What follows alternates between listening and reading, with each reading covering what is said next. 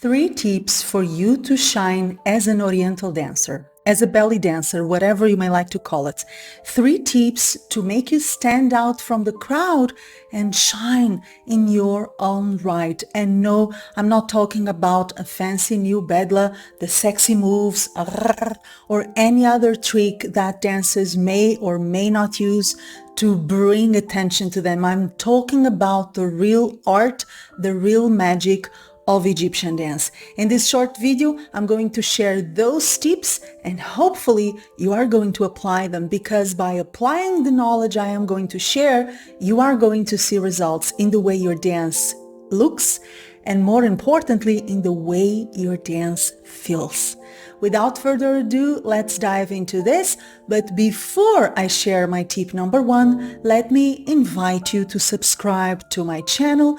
If you haven't done so yet, click on subscribe and don't forget to turn the notifications bell button on.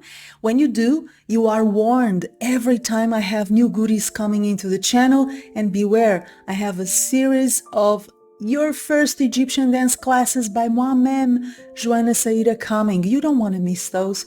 So subscribe to the channel and click on the notifications bell button, like the video if you like it, and join our free and fabulous newsletter, Joana Saahirah's World Newsletter, if you're interested in authentic Egyptian dance and self-empowerment. Find the link for more information about our newsletter, Joana Saahirah's Online Dance School, my podcast, and so much more in the description box below this video. Now that we got that out of the way, let me introduce myself quickly. My name is Joana Saahirah, but that you already know. I'm a world-renowned Oriental dancer, teacher, choreographer, and author. I'm also the creator of the pioneering Joana Saahirah's World and Online Dance School, delivering authentic Egyptian dance and personal empowerment. I'm the host of the Oriental Café podcast, and I have started my career in Egypt, where I spent 15 years between Egypt, Oman, and Lebanon. I have gathered so much experience that eventually I shared around the world in the international festival circuit. Why am I telling you this? Because I want you to know that what I'm about to share with you is coming from real experience. It's not coming from a book I read, another video I have watched. It's certainly not coming from the contributions of other teachers. I believe that every artist and teacher, if they're really professional, have their own core message, content, and contribution. So what I'm about to share with you, the 3 tips to make you shine as an Oriental dancer, baby, they're coming from real experience in the field, in Egypt and internationally, as a performer, as a teacher, but most of all, above everything, as a learner, as an observer, checking what works, what doesn't, what are the dances that leave a mark on the audience, what are the dances that capture our hearts. That's what I'm going to share with you. Grab a notebook and a pen and Yalla bina, let's dive into it. The first tip to make you shine as an Oriental dancer, as a belly dancer, is the creation of contrast or texture. Notice something. It is important to think of Egyptian dance as life. It must be dynamic. It can never be boring, unidimensional, a straight line. It's full of life, full of ups and downs, moments when we go in, when we go out, moments when we go fast, moments when we go slow and eventually stop. It's about the dryness and the moist. It's about being extroverted and introverted. It's about moments of sadness and moments of happiness and everything in between.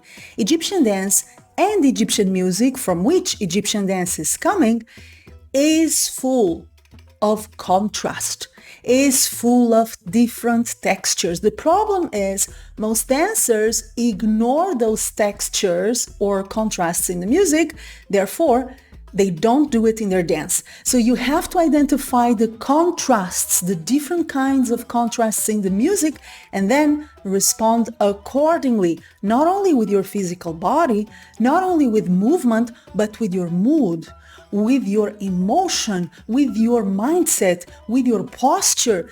The dancer I am when I'm going in and I'm being feminine and soft and emotional is not the same dancer that I am eventually becoming when the music is pulling me out and is asking me to be assertive and strong, warrior-like.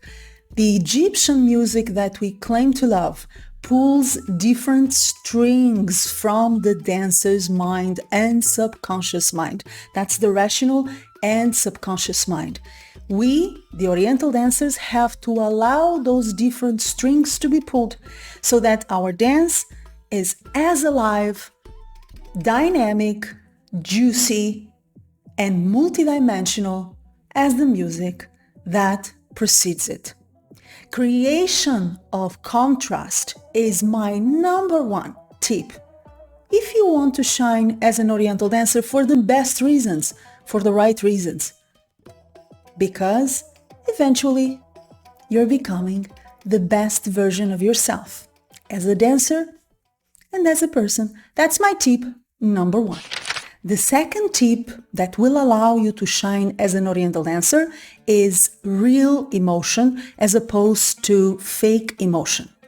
Do not be a smart, be intelligent and be open. You cannot fool anyone, you cannot fool yourself, and you cannot fool an audience if you're dancing in front of an audience.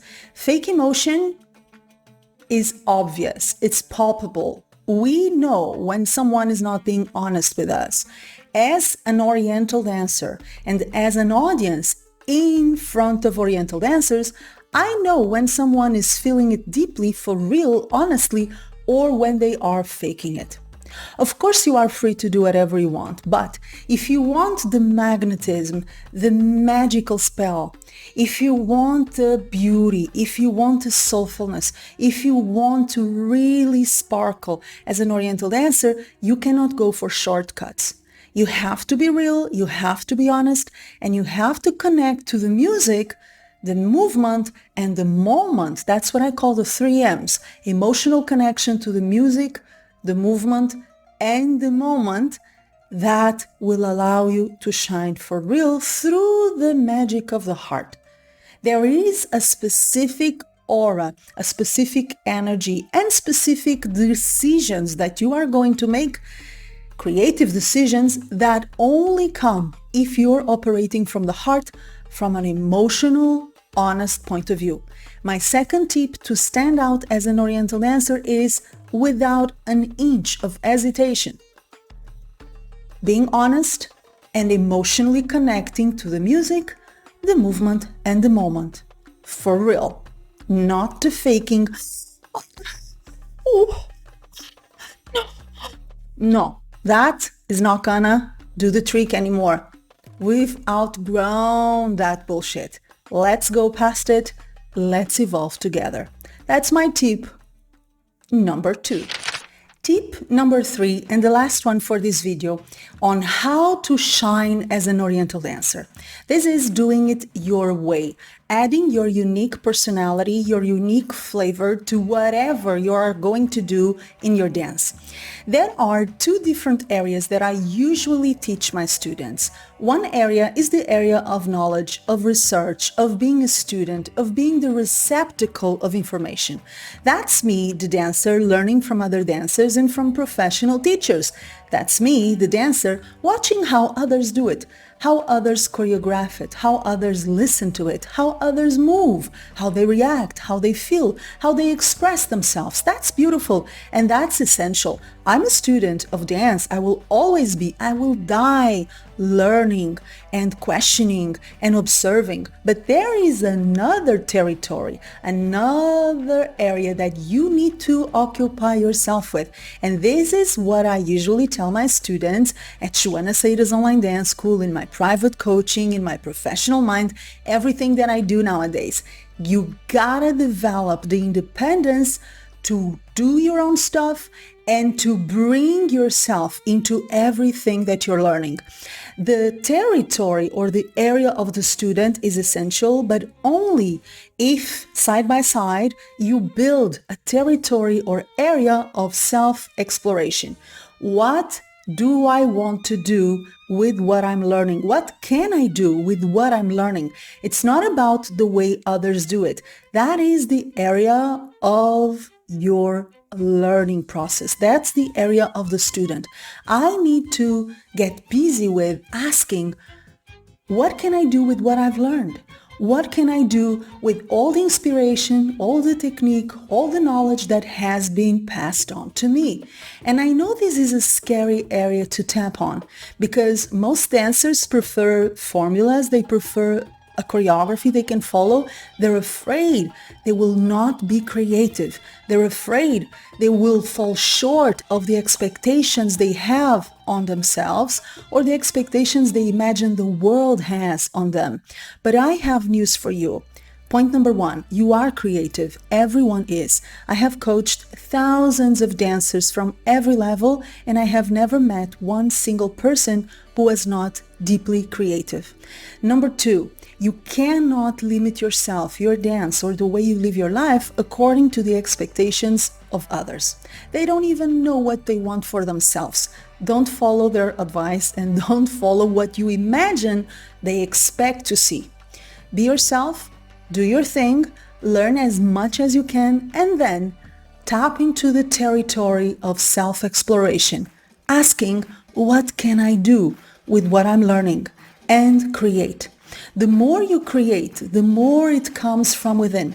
The more you use the material you are learning and you make it your own, the better you become at it. You become a better improviser, a better choreographer, a better everything with practice. And this is something that people don't tell us enough. Practice, experience, doing it one and another time will bring fruits. It will make you a better dancer if you keep doing it, but doing it from within, adding yourself, your personality, your feeling, honest feeling, remember that, your memories, your sensations, your ideas, your sensibility, your intuition, and khalas, your soul. Believe me, that's what will make you shine. In all the years I was performing on a daily basis with my orchestra in Cairo and throughout the world, where I have performed with different orchestras and on CD to audiences as different as Chinese, Japanese, American, New Zealanders, you name it. I've been there and I've performed for them. In all these years of being a professional performer, I can assure you there is nothing more powerful or legacy making than being your full self, educating, being a very strong, knowledgeable dancer, but then using it your way with courage and always from the heart. Now, did you enjoy the tips that I have shared? What from these 3 tips will you start to apply today? I want to know the answer to that question in the comments below. Like the video if you liked it, share it with your dance peeps, and don't forget once more to subscribe to the channel if you haven't done so yet. Join our newsletter, Joana Saahirah's World Newsletter, where I share intimate, real and exclusive content I only deliver to my inside community. The link is in the description box below this video, and check our pioneering online courses, specifically our best-selling online courses. Joana Saahirah's signature course, that's authentic Egyptian dance and self-empowerment from the ABC to mastery, and how to dance a Baladia Wadi. For more information about this and other amazing courses we have at our school, check the link that I'm also sharing in the description box below this video. Let me know what you think about what I have shared, if you agree, if you disagree, what you will apply, and how you shine as an Oriental dancer. All of it, your heart, your mind, and your soul in the comments below this video. Love you, dance with you, and see you soon.